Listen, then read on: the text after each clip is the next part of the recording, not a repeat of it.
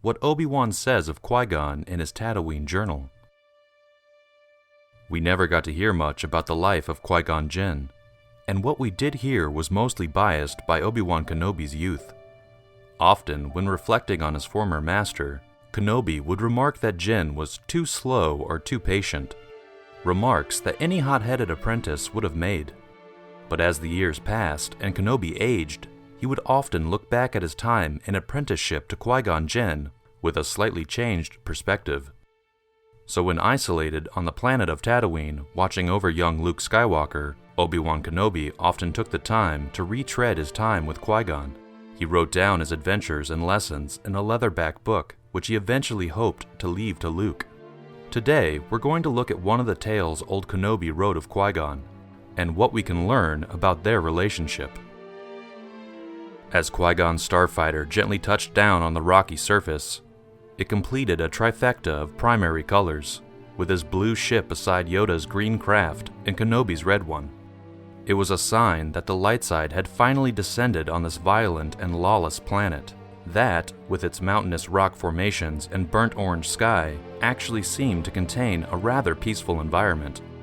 Master Yoda waited patiently beside his starfighter with Lo, the Force-sensitive boy he rescued from the planet's violent overlords, the Fleshmongers, and was a warm presence for Qui-Gon and his apprentice to be greeted by. He asked the pair to take Lo back to Coruscant with them, and assured the once petrified and captive boy that he would be safe with the Jedi Guardians. However, one part of the pair was absent from the discussion. While Qui-Gon greeted Yoda and Lo, Obi-Wan was separated from the trio as he ascended the hall that Lo was recently captive in. With the bodies of the offending pirates sprawled out across the floor, Kenobi tried to figure out how Master Yoda managed to subdue the entire gang. This separation was not just physical. Though a close-knit duo, Obi-Wan would often feel slightly dwarfed in the shadow of his master. Qui-Gon's attention was usually diverted from his apprentice during each mission and either focused on the Force or the matter at hand. While that was the right thing to do, what was tripping Kenobi up was the fact that he often felt overlooked, as his master would frequently focus on getting the job done all by himself, which he feared was happening now.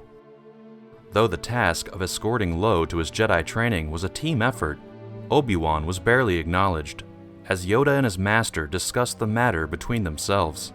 Being calm and collected were great traits for Jedi, and Qui-Gon fully embodied this. But perhaps, in moments like this, he was too calm, and that made him a little oblivious to the emotions that his young apprentice Obi-Wan was battling. As Kenobi pondered how Yoda was able to wipe out an entire room of criminals, Jinn's attention was solely on Yoda, as the old master displayed concern. "Is everything all right, Master?" Yoda explained that en route to save Lo, he felt a disturbing presence in the Force that called directly to him. Yet Qui-Gon was confused as to why he couldn't feel it too. Again, Obi-Wan remained absent from the discussion. Having not been consulted on the escort of the boy, he wasn't about to try and cater to Yoda's every need as his master seemed to be. This progressed further as Qui-Gon suggested that he and Obi-Wan travel with Master Yoda to investigate the disturbance, again without consulting Obi-Wan. However, Yoda made it clear that this calling was for him and him alone. It was almost a message through the Force that came through a disturbing signal that he couldn't quite figure out. And after quick parting goodbyes, Obi-Wan, his master, and the estranged and lonely boy were left on the planet's surface, ready to begin their journey to Coruscant. Though of course this story was told from the specific point of view of Obi-Wan through the writings in his journal, one couldn't help but feel that there was a lot of unspoken tension between him and his master back in those days. Despite the fact that the two of them went on to become some of the more famous ambassadors for the Order over the next few years and save many lives, there was undoubtedly mounting unspoken tension between the two, if Obi-Wan's account of the storytelling in his journal was anything to go by. Sadly, Luke did not get to spend much time with Obi-Wan before his untimely death at the hands of his former apprentice, Darth Vader. However, he did take some valuable lessons from those limited training sessions, which made their separation all the more devastating. Luke didn't know what a Jedi was supposed to be, not fully, and he certainly struggled with the idea that a Jedi apprentice should follow, almost blindly, the teachings of a small group of teachers. But he was reassured after reading about Obi-Wan's life and how he struggled to put aside negative feelings that sprung up from his ego. Even though he was alone on Tatooine, making sure that young Luke Skywalker wouldn't be discovered by his father, Obi-Wan often would spend his time thinking back to his life as an apprentice.